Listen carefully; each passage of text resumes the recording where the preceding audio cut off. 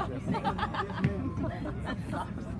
usually don't know anything. Yeah. I guess lesson learned on that one. Learn the photo before you go. Were you really?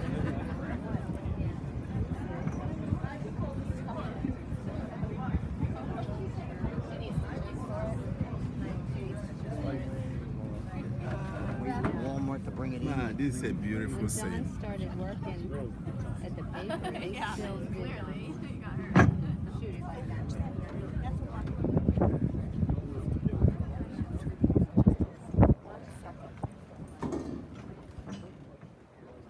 All right, everyone. Now, this is, a rare view that we get. The very first day of the trip yesterday, that was all the way yesterday.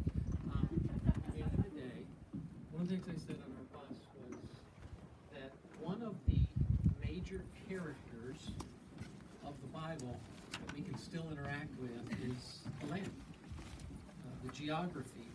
That's one thing that hasn't changed. And I said how great it is. You hear people that say, when I get to heaven, after I see Jesus, I want to go see, and then fill in the blank of their favorite Bible character, because we want to interact with them or ask them questions. And one of the characters that we can still interact with and even ask questions of is the land, and that hasn't changed in 2,000 years. And so when we look around the lake, and now we can see the dimensions of the lake. We're out here in the middle of the lake. The horizon, the hills that are around us, the valleys, the high mountaintops. This is the scenery that Jesus' disciples would see. His disciples, as several of them were fishermen.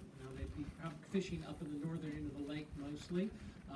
We have over here where we started today, the plain of Bethsaida.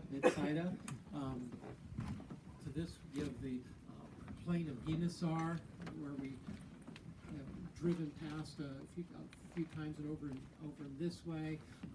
You can just imagine from those two plains the fishing boats that would have been out, probably starting about this time of the day. They would fish in the evening, not in the heat of the day. They wouldn't catch much fish, but in the evening.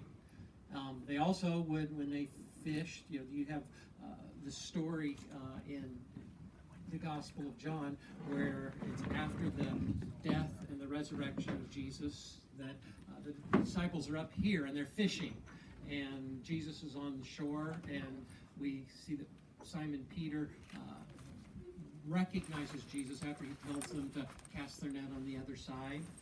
And an interesting thing about that story is we get that Peter puts on his tunic and jumps into the water.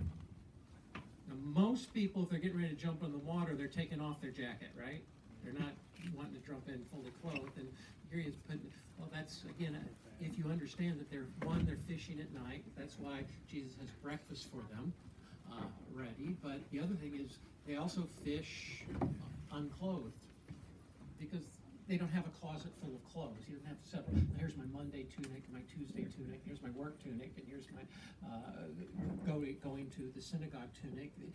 They don't want to ruin their clothes, so they would, when they fish, they take them off and fish, and then when they went to shore, they put their tunics back on. And so, we get an understanding. But if out on the lake here, one of the things is, what do you think the conversations were like among the disciples?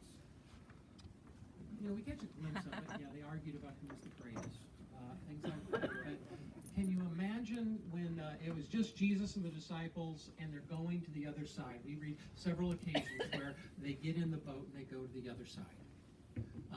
Sometimes it's from the crowds, that there has been a lot of activity, a lot of people around, and Jesus gets in the boat to get away from the crowd. And even in Matthew chapter 14, we get where Jesus has just heard about the death of John the Baptist.